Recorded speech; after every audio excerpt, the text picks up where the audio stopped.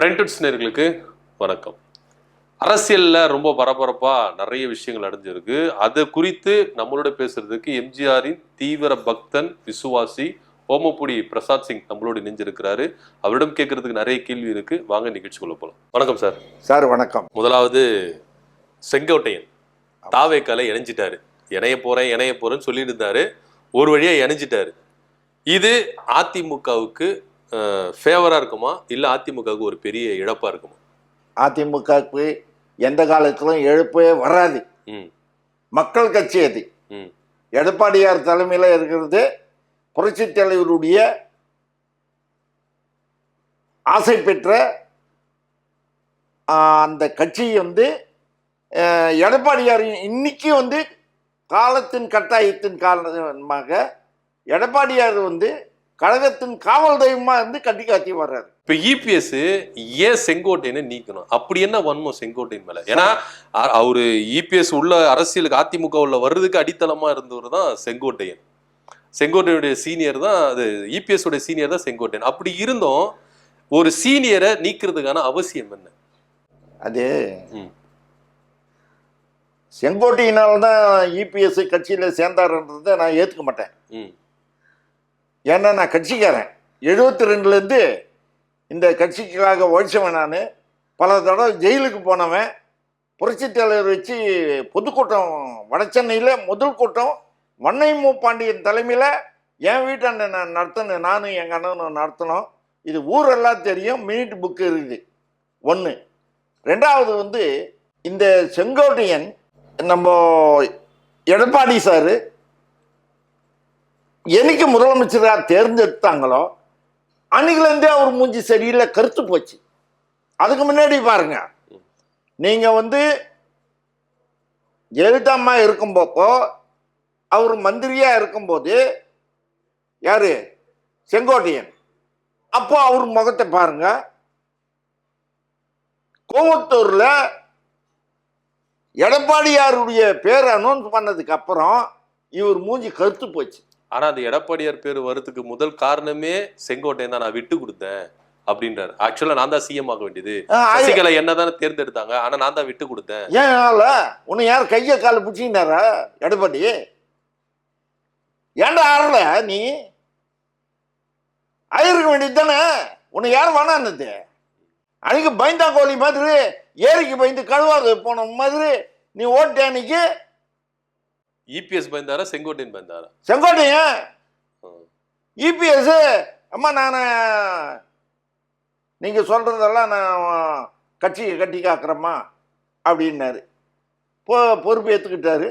பொறுப்பு ஏற்றுக்கினதுக்கு அப்புறம் தமிழ்நாடு, இந்தியா, தமிழ்நாட்டு மக்கள், தமிழ்நாட்டு ஊடகங்கள், தமிழ்நாடு பத்திரிக்காரங்க, மக்கள் கூட எடப்பாடி எடப்பாடி யார் யாது எடப்பாடி அப்படின்னு பேசினவங்க தான் எதிர்கட்சிக்காரங்க. எல்லா எதிர்கட்சிக்காரங்களும் ஜோசிக்காரன் ஆயிட்டாங்க. எடப்பாடி முதலமைச்சர் ஆன உடனே ஒரு அமாவாசை தாங்காது, 30 நாள் தாங்காது, அடுத்த மாசம் தாங்காது அப்படின்னு ஊடகங்களில் பேசினவங்க தான் எல்லா எதிர்கட்சிக்காரங்களும். நான் சொல்றேன், எடப்பாடியார் 4 ஆண்டு காலம் புரட்சி தலைவருடைய ஆட்சி கொடுத்தாரு. ஊழல் இல்லாத ஆட்சி கொடுத்தாரு எடப்பாடியை. அதனால்தான் நாங்கள்லாம் எம்ஜிஆர் மன்றத்துக்காரங்க அத்தனை பேரும் எடப்பாடியார் தாங்கி பிடிக்கிறோம். ஆனா அதே எடப்பாடி மேல செங்கோட்டை என்ன பண்றாரு? நோபல் பரிசு கொடுக்கலாம், துரோகத்துக்கு இபிஎஸ்க்கு துரோகம் நோபல் பரிசு கொடுக்கலாம் அப்படின்னு சொல்லிட்டு சொல்றாரு. செங்கோட்டையனுக்கு தான் அந்த நோபல் பரிசு தகும். எதை வச்சு சொல்றீங்க? செங்கோட்டையன் துரோகி தானே சார்? எடப்பாடி துரோகி தானே? இல்லையே, எடப்பாடி எங்க துரோகி காட்டுங்க. சசிகலாவை அவர் தான் முதலமைச்சரா கொண்டு வந்தாங்க. சசிகலாவை துரத்திட்டாரு. ஓபிஎஸ் அந்த 4 வருஷம் கட்சிக்கு. சசிகலா யாரு சார்? முதல்ல நான் சசிகலா கேட்கிறேன். அவங்கள அதிமுக உறுப்பினர் தானே? கிடையாது. அவங்க சொல்றாங்கல்ல கிடையாது. அப்ப எந்த பேஸ்ல கோர்ட்ல கேஸ் போடுறாங்க சார்?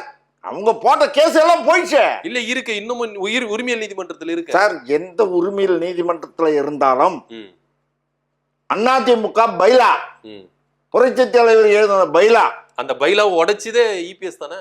இல்ல தொண்டர்களால் தேர்ந்தெடுக்கப்படணும் பொதுச் செயலாளர் அப்படின்னு வச்ச எம்ஜிஆர் வச்ச பைலாவை இப்போ பொதுக்குழு கூட்டி பொதுக்குழு உறுப்பினர் தேர்ந்தெடுத்தா போதும் பொதுச் செயலாளர் அப்படின்னு இருங்க சார். ஒரு மன்றம் உங்களுக்கு தெரியற மாதிரி சொல்றேன் சார். ஒரு வட்டம், அந்த வட்டத்துல நம்ம வட்ட செயலாளர், வட்ட தலைவர், வட்ட துணை செயலாளர், பொருளாளர், கமிட்டி மெம்பர் 4 பேர் இருப்பாங்க. மாவட்ட பிரதிநிதி அப்படி இப்படின்ட்டு இருப்பாங்க. அதில் யார் தேர்ந்தெடுக்கிறது? மன்ற உறுப்பினர்கள் தான் தேர்ந்தெடுப்பாங்க. தேர்ந்தெடுத்ததுக்கு அப்புறம் அந்த மன்றம் இயங்கும். அதே மாதிரி தான் ஒவ்வொரு தொண்டனையும் போய் கேட்க முடியாது. ஒரு தொண்டை உங்களை தேர்ந்தெடுத்து, ஐயா நீங்கள் தான் எங்கள் ஒன்றிய செயலாளர்னு உங்களை தேர்ந்தெடுத்துட்டாக்கா நீங்கள் தலைமை கழகத்துக்கு வர்றீங்க, உங்களை ஏற்றுக்குது தலைமை கழகம், உங்களுக்கு அங்கீகாரம் தருது, அதாங்க பைலா. ஒவ்வொரு தொண்டனையும் பார்க்க முடியுமா? முடியாது. அதுதான் தொண்டர்களால் தேர்ந்தெடுக்கப்பட்ட யாரு? ஒன்றிய செயலாளர், பகுதி செயலாளர், மாவட்ட செயலாளர், வட்ட செயலாளர். இதுதான் அந்த தொண்டர்கள் தான் பைலா பிரகாரமா எடப்பாடியாரை தேர்ந்தெடுத்து இருக்காங்க. பொதுக்குழு உறுப்பினர்கள் தேர்ந்தெடுத்து இருக்காங்க. இதுல ஒன்றும் தப்பு ஒன்றும் கிடையாது. அப்படி தப்பு நடந்ததுன்னா எங்க அதிமுக ஒழிக்கணும்னு சொல்லிட்டு இத்தனை கட்சிகள் கங்கணம் கட்டின்னு இருக்குது. ஒன்னு அசைக்க முடியல.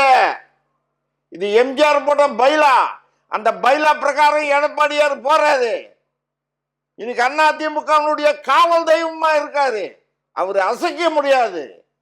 எவன் போனாலும் எங்க போனாலும் செத்தான். அதிமுக கவலைப்படாது. செங்கோட்டையன் போனதுனால கொங்கு பெல்ட்ல ஏடிஎம்கேக்கு பலத்த அடி விடும் இல்ல. வர்ற தேர்தல்ல நீங்க பார்க்க போறீங்க. ஈரோடு மாவட்டத்துல எம்டி ஆக போகுது அப்படின்னு. நானு ஒண்ணு சொல்றேன் கேளுங்க. செங்கோட்டையன் ஏன் விஜய் கட்சிக்கு போறாரு? ஏன் போறாரு? அதுதான் உங்ககிட்ட கேட்க வரேன். எதுக்கு போறாரு? எதுக்கு போறாரு? அவருக்கு பலம் இல்ல. அப்ப விஜய் ஸ்ட்ராங்கா இருக்கிறாரோ? இல்ல இல்ல, இவருக்கு பலம் இல்ல. செங்கோட்டையனுக்கு பலம் சுத்தமா இல்ல. அதனால பயந்து போய் விஜய் கூட ஓட்டிக்கலாம். புரியுதுங்களா? அப்படின்னு ஒட்டிக்கிறது. புரியுதுங்களா? அங்க என்னடாக்கா ஓபிஎஸ் அவரும் ஒரு தனி கட்சி ஆரம்பிச்சு செங்கோட்டையன் கூட ஒட்டிக்கலாம். போங்கப்பா, நீங்க எல்லாம் போங்க. நீங்க எத்தனை பேர் விஜய் கூட போனாலும் செத்தான். தனி மரம் தோப்பாவாதுன்னு நான் ஆரம்பத்துல இருந்தே சொல்லிக்கின்னு இருக்கேன். அதிமுகன்றது கடல் மாதிரி. அதிமுகவை உருவாக்குறது மக்கள், தொண்டர்கள். அந்த மக்கள் கட்சி, தொண்டர்களுடைய கட்சி, விவசாயிகளுடைய கட்சி, பாட்டாளிகளுடைய கட்சி அதிமுக. அந்த அதிமுக தான் இதே விஜய் வீட்டுல போயிட்டு கூட்டணிக்குள்ள வாங்க அப்படின்னு ஆர்பி உதயகுமார், செல்லூர் ராஜு எல்லாருமே கூப்பிடுறாங்க. ராஜேந்திர பாலாஜி, இபிஎஸ் முதற்கொண்டு எல்லாமே கூட்டணிக்குள்ள வாங்கன்னு விஜய் கால்ல போய் சார் விஜய் கிட்ட பேசுவாங்க சார். பேசலாம், பேசிருக்கலாம், எனக்கு தெரியாது. நான் பார்க்கல. நீங்க தான் கடல் ஆச்சு. எதுக்கு இன்னொருத்தர்? நாங்க பார்க்கல. நான் பார்க்கல. நானு இந்த செய்திகளை நான் கண்ணால பார்த்தா தான் நான் பேச முடியும். இல்ல தெரியாதது நான் பேச முடியாது. கூட்டத்திலேயே கொடியை பறக்க விட்டு பிள்ளையார் சொல்லி போட்டாங்கன்னு இபிஎஸ் சொல்றாரு. ஆமா சார். நீங்களே இருங்க. இப்போ அதிமுக கூட்டத்துல 2 பேரு கொடியை காட்டி ஆட்டுறாங்க. என்னன்னு சொல்லுவீங்க நீங்க? ஏன்பா கொடி ஏத்துறீங்க? இறங்குப்பா, நம்ம கொடி தான்ப்பா ஏத்தணும், அடுத்தவங்க கொடி எதுக்குப்பா ஏத்துறீங்கன்னு நான் சொல்லுவேன். அப்படி சொல்ல முடியாது சார். ஏன் சொல்லலாம்? வர்றவங்கள நீங்க வரவானா? உங்க ஆளுங்க தான். இதே ஏடிஎம்கே ஆளுங்க. நான் சொல்றது கேளுங்க. இப்படி எடுத்துக்குங்க. வர்றவங்கள ஏய் அந்த கொடி இறங்குறியா, இறக்காத அப்படின்னு அநாகரிகமா பேசக்கூடாது. அப்ப அந்த இடத்துல டிஎம்கே கொடி பறக்க விட்டா நீங்க இது சொல்லுவீங்களா மாட்டீங்களா? வந்தா கூட நாங்க ஏத்துக்கிறோம். டிஎம்கே கொடி, டிஎம்கே எங்க கூட கூட்டணி வரட்டுமே சார். திமுக ஏத்துக்குமா? திமுக கழிச்சிட்டு வர சொல்லு. அது எப்படி சார் கலைப்பாங்க? மாபெரும் கட்சி இல்ல அது. என்ன கட்சி அது? ஊழல் கட்சி சார். அப்ப ஏடிஎம்கேல ஊழலே பண்ணலையா? கிடையாது. எடப்பாடி மேல கேஸ் இருக்க, எஸ்பி வேலுமணி மேல கேஸ் இருக்க, ஊழல் பண்ணிருக்காங்க சார். அதெல்லாம் நிரூபிக்க முடியாத கேஸ் சார். நீங்க ஒரு பஸ் டிக்கெட் வச்சு கேஸ் போட்டா கூட கேஸ் அட்மிட் ஆயிடும் சார் ஸ்டேஷன்ல, இதுல கோர்ட்ல. ஒரு பஸ் டிக்கெட்டை வச்சு நீங்க போட்டீங்கன்னா கூட அட்மிஷன் கேஸ் அட்மிஷன் தீர்ப்பு வரம்பப்போ தான் தெரியும். அது ஊழவட்ட கேஸ் அப்படின்னு அதே ஜட்ஜி சொல்லுவார். புரிஞ்சுங்களா? என்னன்னு கேட்டாக்கா, கட்சியினுடைய கட்டுப்பாடை மீறி, தலைமையை மீறி, உனக்கு தெரியாம உன்கிட்ட சொல்லாம, செங்கோட்டையன் கிட்ட எடப்பாடியார் எந்த விஷயம் சொல்லாம மறைச்சிட்டு அவர் தனியா செயல்பட்டு இருந்தாருன்னா நீ சொல்லு, நான் ஏத்துக்கிறேன், நான் தொண்டை, நான் ஏத்துக்கிறேன். யாரை கேட்டு நீ டெல்லிக்கு போன? யாரை கேட்கணும்? யாரை கேட்கணும்? பொதுச் செயலாளரை கேட்கணும். என் கட்சிக்கு பொதுச் செயலாளர் எடப்பாடி ஏத்துக்கவே இல்லையே பொதுச் செயலாளரா யாருமே. நீ எப்படி இத்தனை நாள ஏத்துக்கினீங்க? அப்போ இப்பதானா தேர்தல் வரும்போதான் உனக்கு தெரியுமா பொதுச் செயலாளர் நான் ஏத்துக்கல அப்படின்னு தெரியுமா? இத்தனை நாள ஏத்துக்கினீங்க. அப்ப நல்லா இருந்ததா? அதிமுக பேனர்ல தானே இருந்த நீ. அதிமுக பேனர்ல நேற்று போய் ராஜினாமா கொடுக்குறிய. நீ ஒருத்தனுக்கு பிறந்தவனா இருந்தா, நீ மட்டும் இல்ல, இருக்கிற எத்தனை பேர் எந்தெந்த கட்சிக்கு போனானுங்களோ, அதிமுக சுகத்தை அனுபவிச்சுட்டு எந்தெந்த கட்சிக்கு போனாங்களோ அத்தனை பேருக்கு சேர்த்து சொல்றேன். நீ ஒருத்தனுக்கு பிறந்தவனா இருந்தா அதிமுகவுடைய பென்ஷன், நான் எம்எல்ஏவா இருந்த பென்ஷன் நான் வாங்க மாட்டேன்னு சொல்லிட்டு ஏற்றி கொடுக்குறா. கவர்மெண்ட்டுக்கு நல்லதா இருக்கும். அனைத்து இந்திய அண்ணா திராவிட முன்னேற்ற கழகத்திலிருந்து எல்லா பதவிகளும் அனுபவிச்சுட்டு காடு வா வா வீடு போன்ற சொல்ற வயசு வந்ததுக்கு அப்புறம் நான் மாத்து கட்சிக்கு போறேன், எனக்கு இங்க செல்வாக்கு இல்லை, குறைஞ்சு போச்சு அப்படின்னு சொல்லிட்டு போறானுங்க பாருங்க. இவனுங்க எல்லாருமே எவனா இருந்தாலும் செத்தான், எவனா இருந்தாலும் செத்தான். போறவங்க நான் அதிமுக இந்த பதவியில் இருந்தேன், எம்எல்ஏவா இருந்தேன், அமைச்சராக இருந்தேன், எனக்கு இந்த பென்ஷன் எனக்கு நான் ஏற்றுக்கிறதுக்கு எனக்கு மனசு ஒப்பலை, நான் என்னுடைய பென்ஷனை கவர்மெண்ட்டுக்கு நான் சரண்டர் பண்றேன்னு எழுதி கொடுக்கடா. அப்ப நீ ஒருத்தனுக்கு பிறந்தவன்டா. இங்க சொகத்தை அனுபவிச்சுட்டு அங்க போய் சொகுசுக்கு போப்பியா நீ? இப்ப நீங்க துரோகம் சொல்றீங்க. அது துரோகம் இல்லையா? அதுதான் அரசியல்ன்றாங்களே. எது அரசியல்? துரோகம் பண்றது அரசியல் அப்படின்றாங்களே. அதான் சார். அதாவது நல்லது நீங்க சொல்லுங்க, நீங்க நல்லா கேளுங்க. ஒரு வீட்டில் ஒரு அப்பங்காரன் இருக்கான், அவன் நல்லதுக்கு சொல்லுவான். ஒரு தாய் இருக்கிறா, ஒரு அந்த தாய் நல்லதுக்கு சொல்லுவா. அந்த தாய் பேச்சையும் கேட்காம, அம்மா பேச்சையும் அப்பன் பேச்சையும் கேட்காம எத்தனை பேர் இருக்காங்க, எத்தனை பேர் நம்ம கண்கூட பார்க்குறோம். கண்டிப்பா பார்க்குறோம். அதே மாதிரி தான் விஜய் கதை. அதே தான் சார் விஜய் இது. சரி, இப்போ இப்படியா இருக்கும்போது செங்கோட்டையன் கட்சியிலேருந்து நீக்கின உடனே கொடநாடு கொள்ளை வழக்குல A1 EPS தான் பகிரங்கமா ஒரு ஸ்டேட்மெண்ட் கொடுக்குறாரு. கேஸ் நிலுவையில இருக்கு, ரன்னிங்ல இருக்கு. அப்படி இருக்கும்போது எடப்பாடி கூட இருந்தவர், அமைச்சரவையில் இருந்தவர் ஒருத்தர் வெளியே இந்த மாதிரி ஸ்டேட்மெண்ட் கொடுக்குறது, இது எடப்பாடிக்கு வீக்னஸ் கிடையாதா? எப்படி வீக்னஸ் ஆகும்? கொடநாடு கொலை வழக்குல இவர் தான் A1ன்றாரு. நீ நாளைக்கு தீர்ப்பு வரும், வந்ததுக்கு அப்புறம் எடப்பாடியார் 2 காலு கட்டி எடப்பாடியார் பாலை கறந்துருவியா? நீ கறந்துருவியா? செங்கோட்டையன் தான் கேட்குறேன் நான். என்ன சார் இது? கூட இருக்கும்போது ஒரு பேச்சு, உனக்கு ஆகலைன்னு ஒன்று இன்னொரு பேச்சா? இது மக்கள் பார்க்க மாட்டாங்களா? சும்மா விட்டுருவாங்களா? விட மாட்டாங்க. இதோ ஸ்டாலின் வந்தாரு, முதல் கேஸ் அதுதான், தூசி தட்டிடுவேன் அப்படின்னாரு. இது வரைக்கும் நடவடிக்கை எடுக்க முடியலையே. புடுங்கினாரு. புடுங்க முடியாது. இருந்தா தானே சார் இங்க ஆதாரம் இருக்கணும். எல்லாமே ஆதாரங்கள் தான் கோர்ட்டுக்கு தேவை. நீங்க சொல்றது நான் சொல்றது இல்லை. ஆதாரம், விட்னஸ், ஆதாரம் தான் கோர்ட்டுக்கு தேவை. எங்கமே இல்லையே. இப்ப தாவேக்கால இணைஞ்ச செங்கோட்டை என்ன சொல்றாரு, EPS நான் ஒழிக்காம விட மாட்டேன், அரசியல்ல இருந்து அவர் ஒழிக்காம விட மாட்டார். துரோகத்தின் உச்சத்துல இருக்கிற இபிஎஸ் அவரை நான் ஒழிக்காம விட மாட்டேன் அப்படின்ற ஒரு சபதம் எடுத்திருக்கு. இபிஎஸ் மட்டும் இல்ல, நீ இபிஎஸ் அதிமுகவே தாங்கின்னு இருக்காரு, எம்ஜிஆருடைய கொள்கையில் தாங்கின்னு இருக்காரு. அந்த கொள்கையில வந்து நீ தோக்கடிக்கணும்னு பாக்குற, அதிமுகவை தோக்கடிக்கணும் அப்படின்னு நீ கங்கணம் கட்டின்னு போய் சேர்ந்து இருக்கிற. உருப்படியா நீ? நாசனமா போயிடுவான். அது எவனா இருந்தாலும் சரிதான்.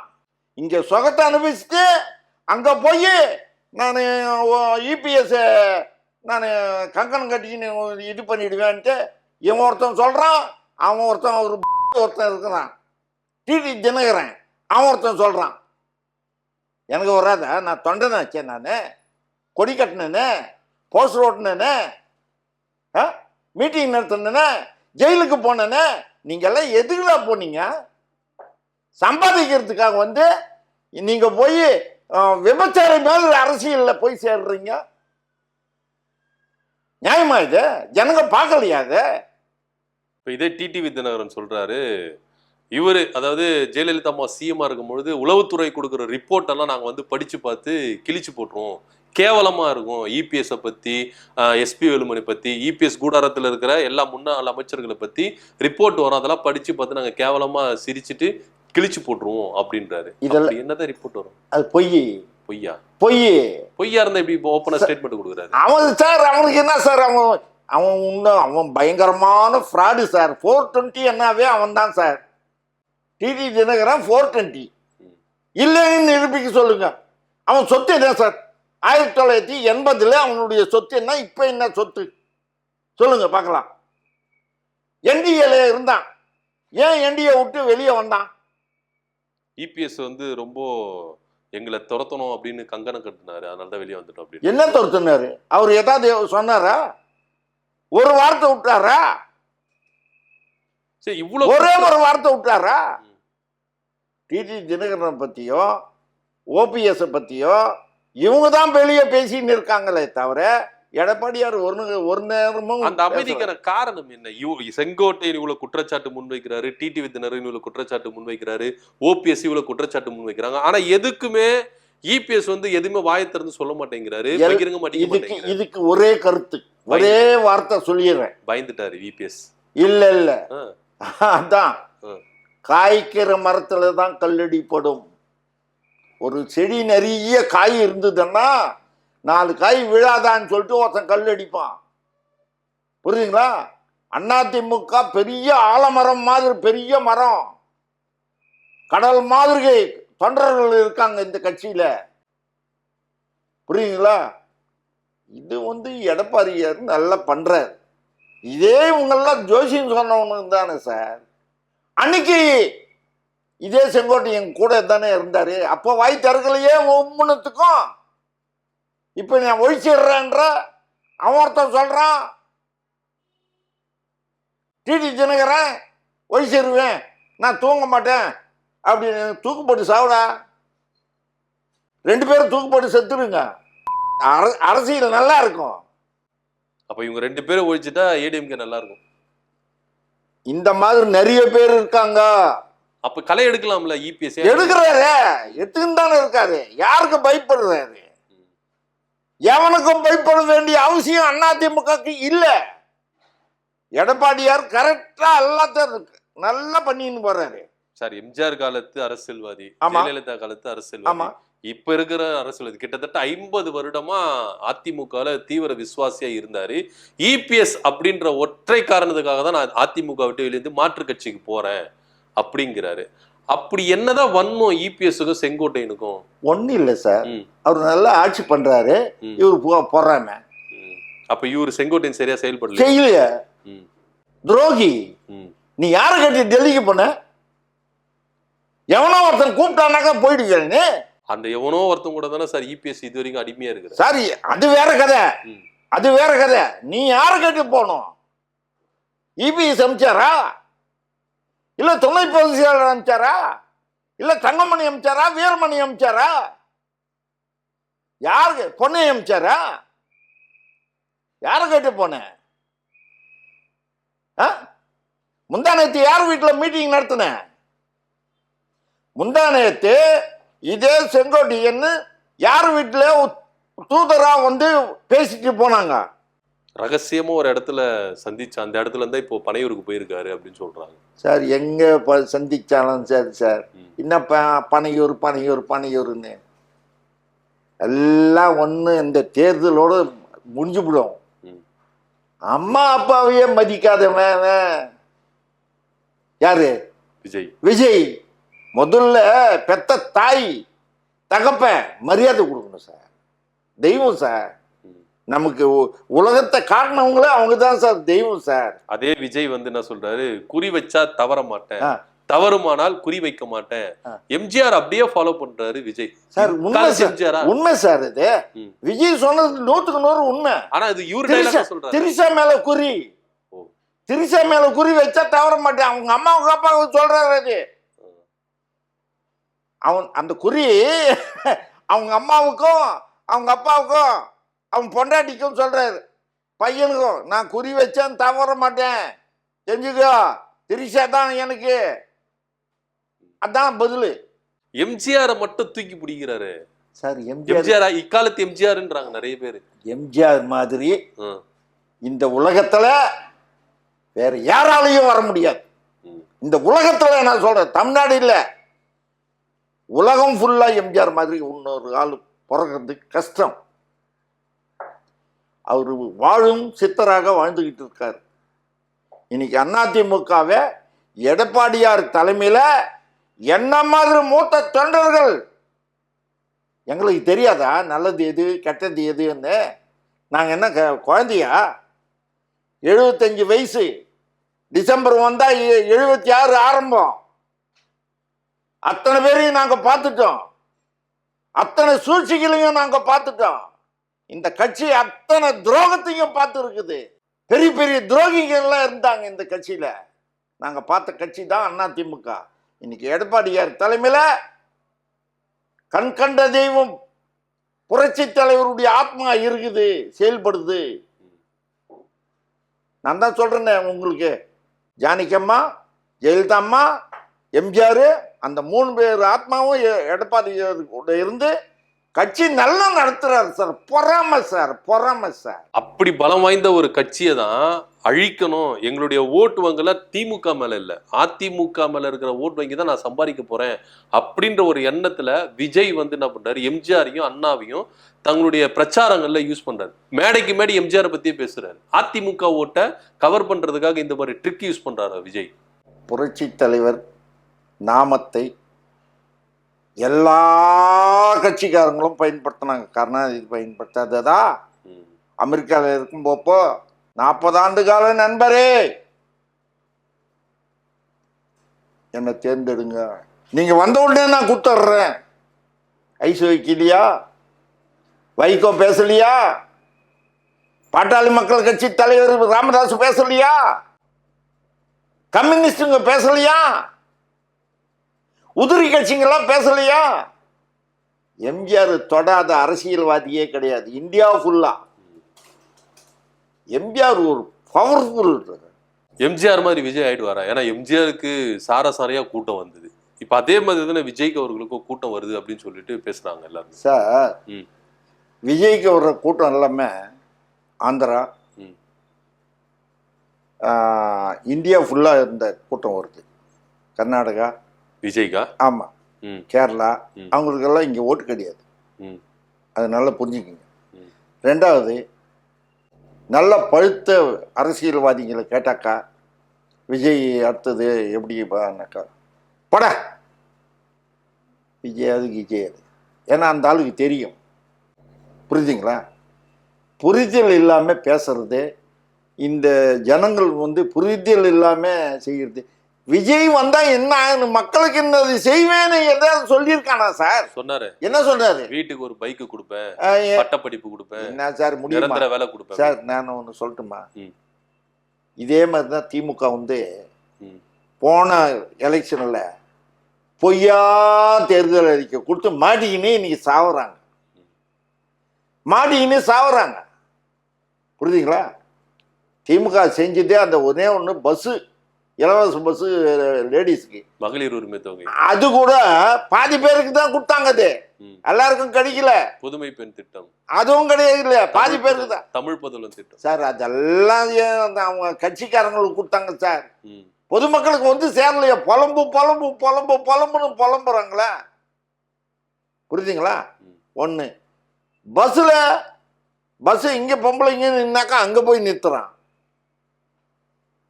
புரியுதுங்களா? யாருன்னா பஸ்ஸில் யாருன்னா என்ன ஏங்க நாங்கள் அங்கே நிற்கிறோம், பஸ் ஸ்டாண்ட் அங்கே நிற்கிறேங்கன்னாக்கா ஓசியிலே தானே வர்றேன் போ அப்படின்றான். மரியாதை இல்லாமல் பொம்பளைங்களை பேசுகிறான். நான் சொல்லலை இதெல்லாம், பொம்பளைங்க பேசுறது நான் கேட்டது, என் காதால் கேட்டது, நான் கண்ணால் பார்த்தது, நான் உங்ககிட்ட சொல்கிறேன் சார். புரட்சி தலைவருக்கு இதுக்கு முன்னாடி ஒரு கேள்வி கேட்டீங்க துரோகத்தை பற்றி.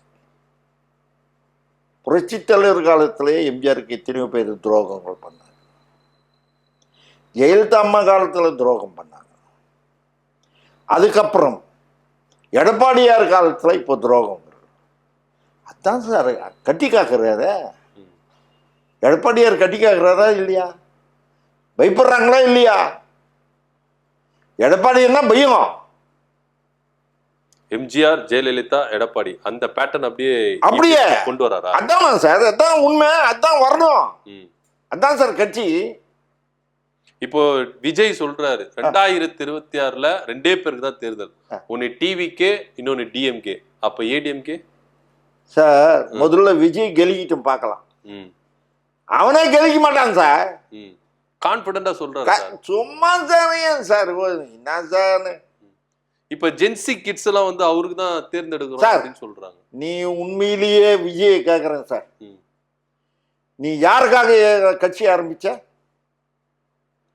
யாரை எதிர்த்து கட்சி ஆரம்பிச்ச?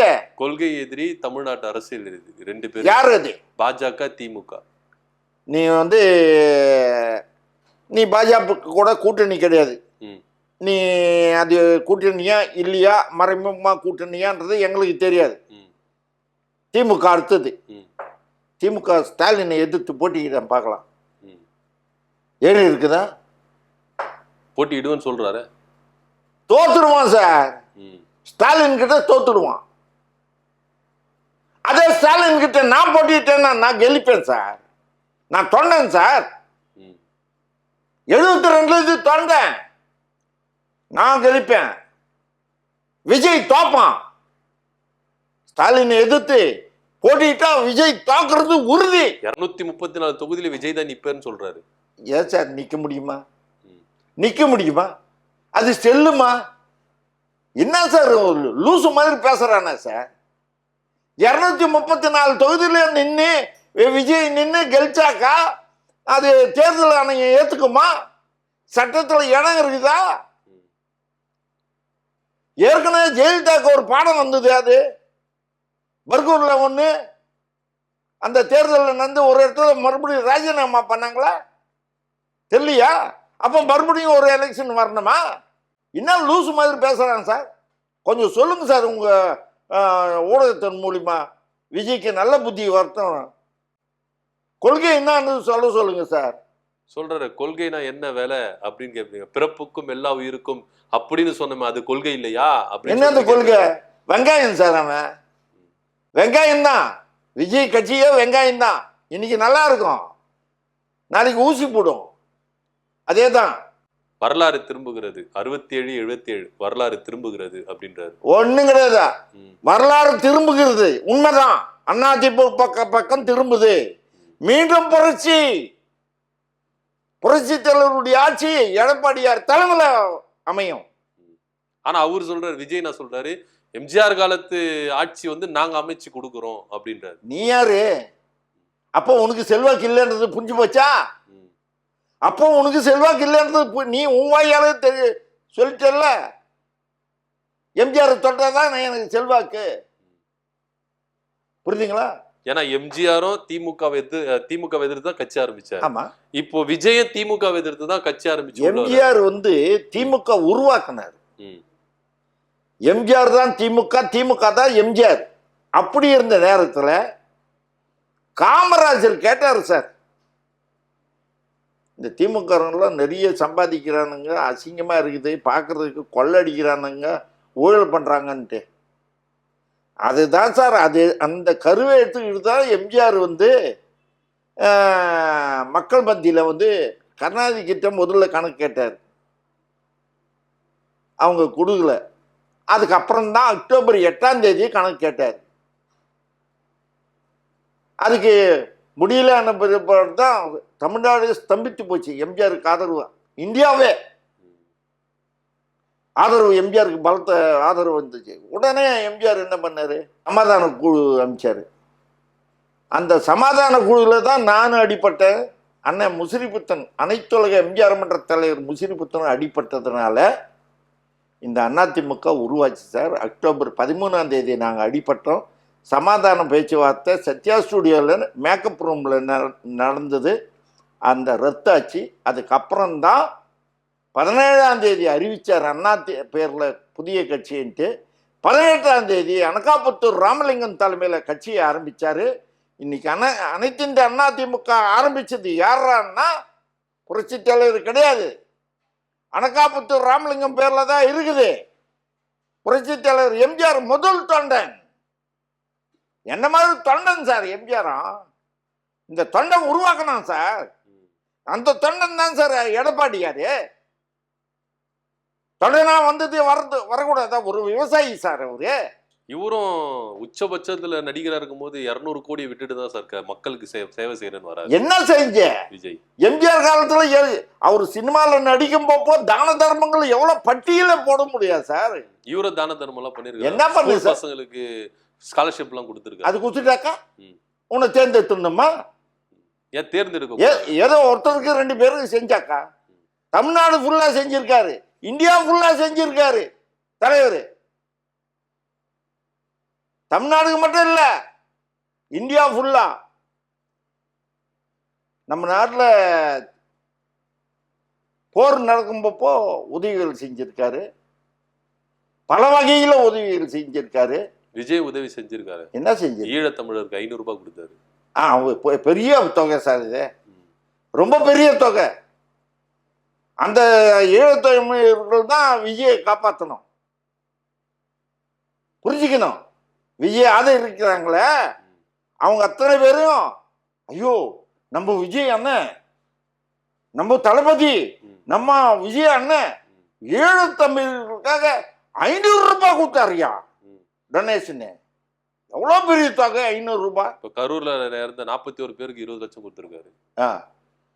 சார் அது எல்லாமே இதெல்லாம் கொடுக்கறதுல வேஷம் சார். அவங்க சார் அறந்த கைக்கு போய் சுண்ணாம்பு தட மாட்டான். எனக்கு தெரியும் சார். அவன் எப்போ உங்க அப்பா அம்மாவை நீ விட்டுட்டு நீ கட்சி ஆரம்பிச்சு நீ இந்த மாதிரிலாம் பண்ணியோ, நான் என் வாயால சொல்லக்கூடாது. தாய் தந்தையினுடைய மனசு குமரிச்சன்னா நீ உருப்படவே மாட்டேன். இப்போ 2026 விஜய் வருவார்? வரமாட்டேன், நிச்சயமா வரமாட்டேன். அவனே கழிக்கிறது கஷ்டம். ஆமா, ஜெயிச்சுட்டாருன்னா நான் அரசியல் விட்டு போயிடுறேன் சார். ஆமா, அரசியலே பேச மாட்டேன் நான். சரி, அதுக்கு கடைசியா ஓபிஎஸ் அவர்கள் சொல்லு. டிசம்பர் 15ஆம் தேதி டெட்லைன், அதுக்குள்ள அதிமுக ஒன்றிணையிலனா நான் புதுசா கட்சி ஆரம்பிப்பேன் அப்படின்னு ஒரு எடப்பாடிக்கு வார்னிங் கொடுக்குறாரு. சார் அவரு என்ன சார் வார்னிங் கொடுக்குறது? எப்போ நீ பீஸ் பண்ண பல்பு எரியுமா சார்? சொல்லுங்க சார். ஆனா அவருக்குன்னு ஒரு வரவேற்பு இருக்குல்ல சார்? சார் அது ஒரு tube light sir. Tube light fuse போயிடுச்சு. டியூப் லைட்டு பீஸ் போயிடுச்சு. டியூப் லைட்டு பீஸ் போறதுக்கு முன்னாடி என்ன ஆகும்? மினுக்குன்னு அடிக்கும், அப்புறம் ஒரே ஏதாவது போயிடும். அதே மாதிரி தான் சார் இது பீஸ் பண்ண பல்பு. ஓபிஎஸ் நம்பி யாரும் போக மாட்டாங்க. நான் ஓபிஎஸ் பின்னாடி போறவங்களுக்கு ஒரே ஒரு கோரிக்கை வைக்கிறேன், தயவு செய்து ஓபிஎஸ் பின்னாடி போய் ஏமாந்துடாதீங்க. ஜாதி அது இதுன்னு வச்சுக்கின்னு ஏமாந்து போனீங்கன்னா நாளைக்கு நீங்க தான் கஷ்டப்படுவீங்க. உங்களை பயன்படுத்திக்கிறாரு அவரு, அவ்வளவுதான். பேசாம நீங்க அத்தனை பேர், அவரு தான் சொல்லிட்டாரு, இந்த 4 பேர் தவிர அத்தனை தொண்டர்களும் நான் சேர்த்துக்கிறேன்னா வந்து சேர்ந்துட்டாங்களே சார் முக்காவாசி பேரு. அங்க கம்பெனி காலி சார். ஏன் இபிஎஸ் வந்து இவரெல்லாம் சேர்த்துக்க மாட்டாங்க சார்? தீய சக்திகள் சார். ம். சார் அதிமுக ஆபீஸை எட்டி ஒதிக்கலாமா சார்? சொல்லு சார், அதுக்கு பதில் சொல்லுங்க. ஓ பன்னீர்செல்வத்தை சொல்றாரு, நாங்க அது மாரி பண்ணவே இல்லைன்றாரு.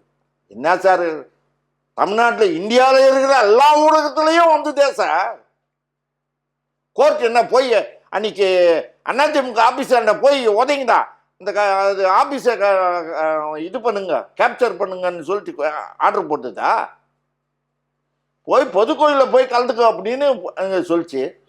நீ அங்கே போகாம நேராக நீ இங்கே படையோட உன்னுடைய ரவுடி செட்டோட வந்து அடித்து ஒடிச்சு. அது கோயில் சார் இது. இனிமேல் சேர்ப்பாங்களா உன்னை? அந்த தெய்வங்களை இந்த கட்சியை உருவாக்குறதுக்கு எத்தனை தொண்டை ஒவ்வொரு வட்டத்திலையும் ஒவ்வொரு ஏழை தொண்டனும் எத்தனை பேர் உயிர் விட்டுருக்கான் இந்த கட்சிக்காக. அவன் ஆத்மாவெல்லாம் அங்கே இல்லை. அந்த அதிமுக ஆபீஸில் இருக்குது இல்லை, தொண்டனுடைய ஆத்மா இருக்குது இல்லை.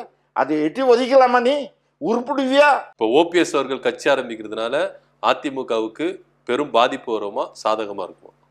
அதிமுகவுக்கு எந்த விதமான பாதிப்புக்கும் கிடையாது. பொதுமக்களுக்கு நல்லா தெரியுது சார், இவன் நல்லவன், இவன் கெட்டவன். ஒரு பெண் வந்து குறிப்பாக சொல்கிறேன், ஒருத்தன் பார்க்குற பார்வையிலேயே ஒரு பொண்ணுக்கு தெரியும் சார், இவன் நல்லா பார்க்குறான், இவன் கெட்ட பார்வை பார்க்குறான்னு. அதே மாதிரி தான் பொதுமக்களுக்கு அத்தனை பேருக்கும் ஓபிஎஸ்னா தீய சக்தி, சசிகலானா தீய சக்தி, டிடி தினகரனா பெரிய தீய சக்தி. புரியுதுங்களா சார்? இன்னைக்கு ஓபிஎஸ் கிட்ட கட்சி இந்து தானா இந்நேரம் எங்கேயோ போயிட்டு இருக்கும் சார். இது எல்லாருக்கும் தெரியும் சார். இபிஎஸ் கிட்ட இருக்கிறதுனாலதான் இப்ப கட்சி இருக்கு. ஆமா, இது நான் மட்டும் சொல்லல, எதிர்கட்சிக்காரங்களே பேசுறாங்க. இது எதிர்கட்சிக்காரங்களே கூட நிறைய தொடர்புகள் இருக்கு. நானு அவங்களே பேசுறாங்க. யோ உங்க தலைவர் இல்லைன்னா இந்த கட்சியே கிடையாதுயா சொல்றாங்களே என்கிட்ட. அது உண்மைதானே? பொறுத்திருந்து பார்க்கலாம் சார். 2026ல அதிமுக ஆட்சி அமைக்கிறாங்களா, யாருக்கு சாதகமா வரப்போகுது, யாருக்கு பாதகமா வரப்போகுது என்று பொறுத்திருந்து பார்க்கலாம். எங்களோட இணைஞ்சி நாங்க கேட்ட கேள்விக்கெல்லாம் பொறுமையா பதில் சொன்னதுக்கு ரொம்ப நன்றி சார். நன்றி சார், வணக்கம்.